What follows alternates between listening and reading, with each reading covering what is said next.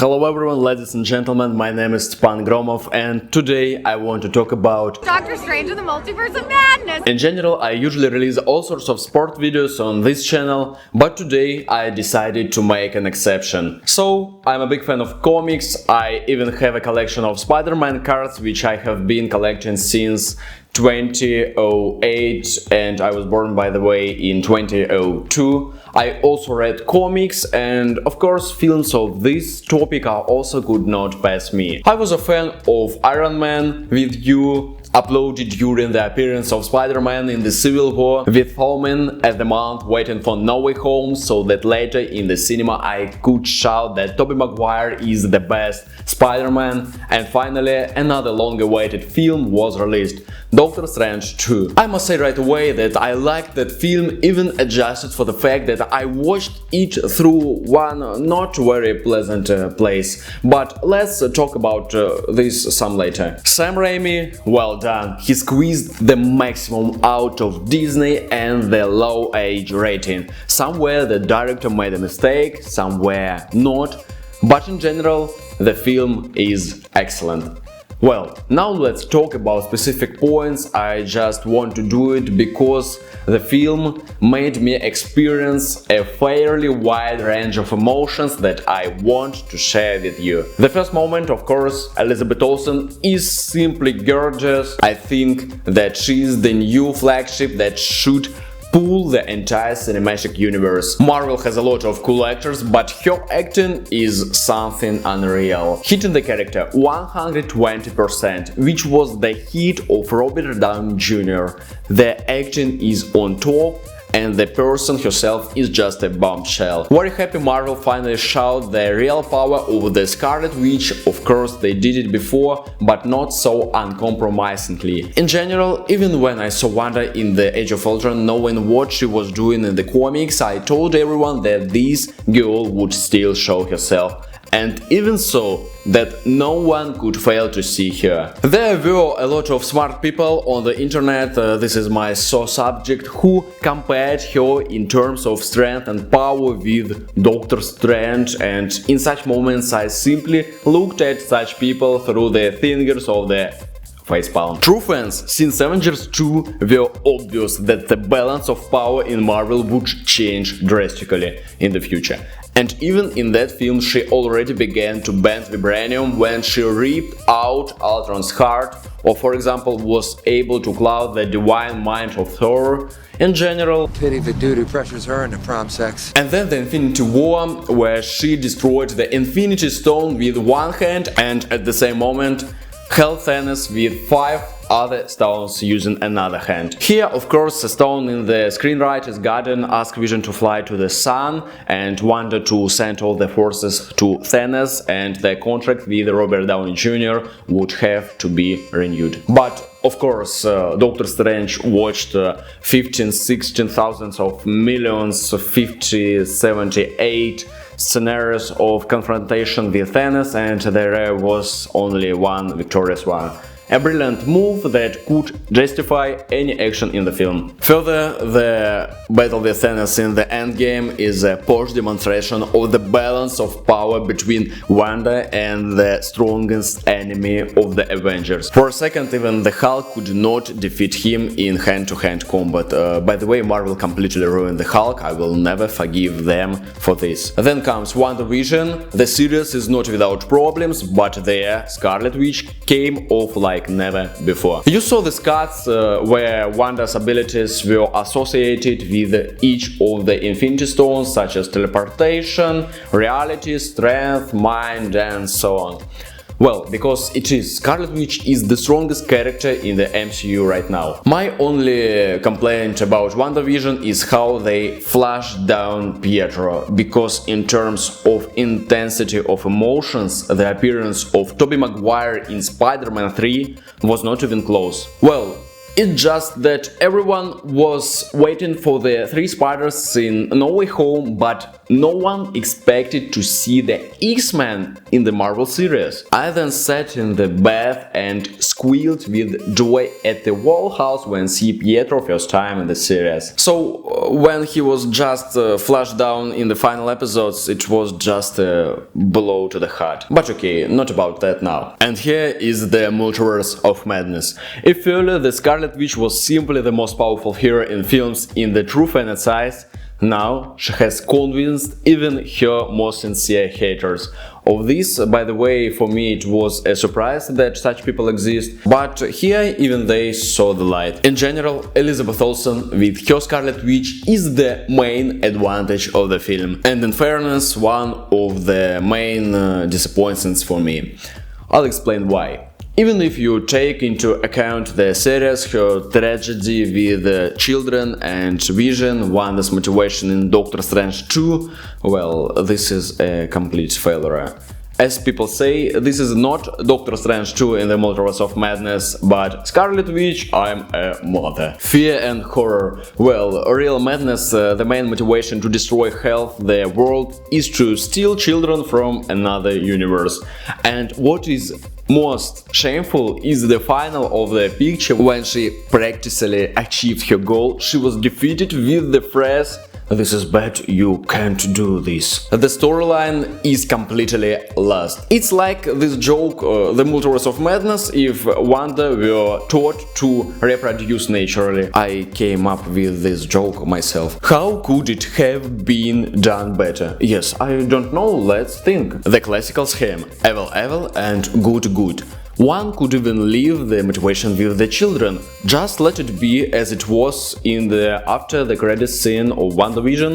They were really in trouble in another dimension. Wanda wanted to save them, but in fact they were not children and it were tricks of Mephisto. Is also a canonical plot from comics. There are actually a lot of alternatives. I thought about my versions for a couple of minutes.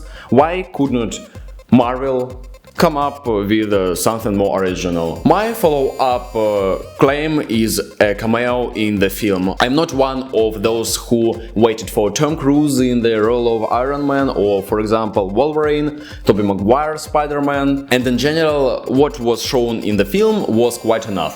But that's why you did not put in at least Deadpool. There was a lot of noise around the number of cameos in the film. So putting Wade Wilson in one of the Illuminati's cages would be a great move. One could not even call Reynolds for this, although I'm 100% sure that he would agree. Right at the end of his second movie, Deadpool was messing with time. A great excuse to put him in the Illuminati's cage. Or what really would blow the minds of all the fans, Wanda is about to take the strength from America Chavez, Wong is lying somewhere under the mountain, Strange opens a portal with his last breath, and a man in a leather jacket with a burning skull instead of a head, with fiery chains on the overweight, on a cool motorcycle breaks into the temple, wraps Wanda in chains and with cries of "You're guilty, go to hell," disintegrates the Scarlet Witch. That's it, you can start credits, it's enough. There would no longer be a victory in the style of "This is bad, I want to do it again." And this is the minimum, but in fact it is a crazy fan respect because you finally show the Ghost Rider that everyone has been waiting for since the endgame. Really, one of the most powerful comic book characters that can blow the roof of the Scarlet Witch. Further about mutants, the claim is not entirely to the film, but to him in particular.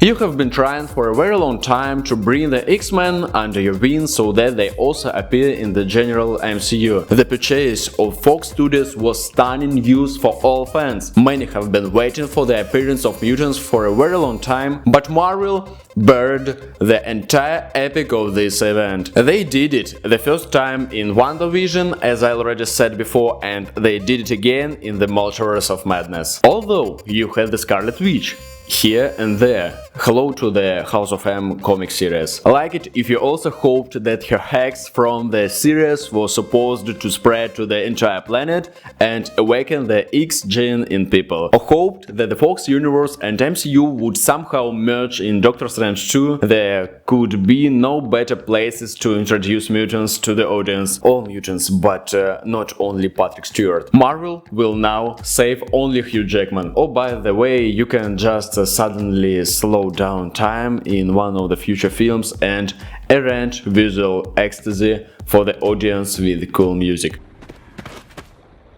Marvel, call me already if you have difficulty with cool ideas. It would also be nice to finally clarify this whole topic of parallel universes which either appear or disappear or work according to one law, then according to another. Either this is all the work of Loki, then Strange, or the multiverse has always been, or it never existed before the death of Kang in the series, and if he died in the future outside of time, then in a theory when the multiverse was born, it was born always and everywhere. In short, there are a lot of questions that should be answered. And by the way, it is the problem of the timeline, as it seems to me, that contributed to the degradation of the Fox's mutant universe. So this problem should not be underestimated. What else would I like to say? It's a pity that about 40 minutes were cut from the film. I heard that it was necessary because of the excessive cruelty, which is even more upsetting. Many will agree with me that all this Disney policy does not benefit the company. I even heard that they cut out the scene when Baron Murdoch came to fight with the Scarlet Witch, after which he was left without a head. It would be a great scene that would better reveal the attitude towards Murdoch from another universe. I don't understand why it was necessary to remove it. Beheading scenes have already slipped in Marvel movies, in the same first part of Doctor Strange. By the way, I also forgot to say, returning to Wanda's abilities, I really don't like it when she uses her powers as brute physical force. That is, to defeat Black Bolt or Mr. Fantastic, she, let's say, changed reality. And with Captain Marvel and Carter went into a hand-to-hand fight.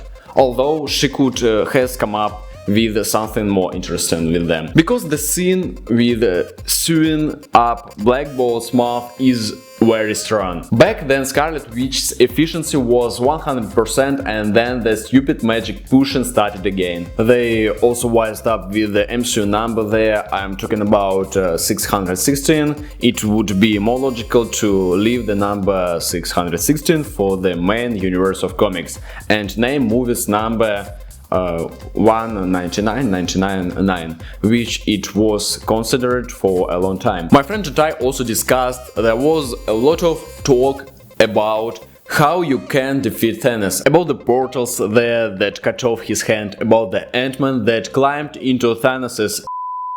I would show similar scenarios in the Multiverse of Madness if I were the director of this film, and it was just possible to reveal why these options turned out to be losing. Or just a cosmic idea during Strange's travels across the multiverse threw them into that reality where there are no superheroes and they are just movie actors. Well, like in our reality. Introducing Cumberbatch and Elizabeth Olsen, there could have been a very powerful and funny scene. Yes, in general, it's time to make a separate Marvel Cinematic Universe with blood, tough scenes and brave decisions.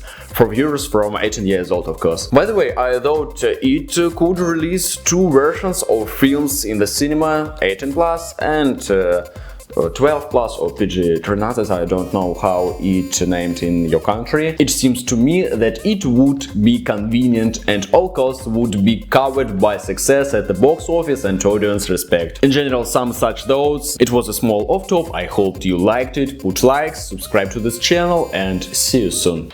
That's all, bye.